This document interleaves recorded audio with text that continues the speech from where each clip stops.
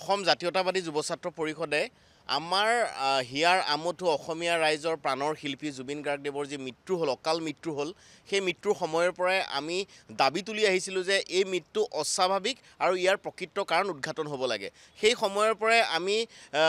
নিৰবিচ্ছিন্নভাৱে বিভিন্ন ৰাজপথৰ কাৰ্যসূচী কৰি অহাৰ মাজতো আজি আমি গম পালোঁ যে সকলোবিলাক আহি পেলাই আমাৰ ন্যায়িক আয়োগত যিখিনি কথা ক'ব লাগে কিন্তু আজি কোপতি তাৰ কোনো ধৰণৰ যিটো মানে দ্ৰুতগতিত হ'ব লাগিছিল যেনেকৈ মোবাইল ফেচবুক বা ইত্যাদি ধৰণৰ যিবিলাকৰ hashtag justice for Zubeen Garg চলি আছে কিন্তু ইয়ালৈকে বহুত মানুহ অহা নাই কাইলৈ শেষ দিন আমি অসম জাতীয়তাবাদী যুৱ ছাত্ৰ পৰিষদে সেয়েহে আজি আমি ন্যায়িক আয়োগৰ যি দায়িত্বত থকা সন্মানীয় সৌমিত্ৰ শইকীয়া ডাঙৰীয়াক আজি অসম জাতীয়তাবাদী যুৱ ছাত্ৰ পৰিষদৰ তৰফৰ পৰা আমি যিমানখিনি কথা বতৰা আমাৰ যি ক্ষেত্ৰত খোকোজা থাকি গ'ল যাতে এই বিষয়বিলাকে যদি আওতালৈ নাহে তদন্তৰ আওতালৈ নাহে তেনেহ'লে জুবিন দায়ে ক'ৰবাত ন্যায় পোৱাৰ ক্ষেত্ৰত অসুবিধা পাব নেকি সেয়েহে আমি অসম জাতীয়তাবাদী যুৱ ছাত্ৰ পৰিষদে এই ব্যৱস্থাৱলী হাতত লৈছোঁ আজি আমি এখন ব্যৱস্থা আমাৰ যি তদন্ত আয়োগৰ আগত ক'ব লগা কথাখিনি আমি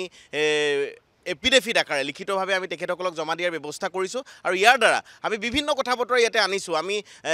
ছিংগাপুৰত যি ক্ষেত্ৰত কেনেকৈ এই ঘটনাৱলী ঘটিছিলে সেই কথা বতৰাবিলাক আনিছোঁ ইয়াতে কেনেকৈ তেওঁলোক আহি পেলাই সাক্ষ্যদান কৰাৰ পিছতো তেখেতসকলৰ বহু মানুহ আওতালৈ এতিয়াও অহা নাই সেই বিষয়বস্তুবিলাক বিচাৰিছোঁ আৰু বহু কথা আমি আপোনালোকৰ সংবাদ মাধ্যমত ক'ব নোৱাৰিম যিবোৰ আমি ন্যায়িক আয়োগৰ আগত দাখিল কৰিছোঁ সেই বিষয়বিলাকৰ জৰিয়তে আমি জুবিন দাৰ যি ন্যায়িক তদন্ত হ'ব সেই ন্যায়িক তদন্ত যাতে শুদ্ধ হয় সঠিক হয় আৰু ইয়াৰ পৰা যাতে অসমবাসী ৰাইজে পতিয়ন যাব পাৰে তাৰ কাৰণে ব্যৱস্থাৱলী ল'বৰ কাৰণে আমি এই অসম জাতীয়তাবাদী যুৱ ছাত্ৰ পৰিষদে এই ব্যৱস্থাৱলী আমি হাতত লৈছোঁ আৰু সৌমিত্ৰ শইকীয়া ডাঙৰীয়াক আমি সাক্ষাৎ কৰিছোঁ যিকোনো খবৰৰ বাবে যোগাযোগ কৰক 7099017330 লগতে 7099017110 নম্বৰত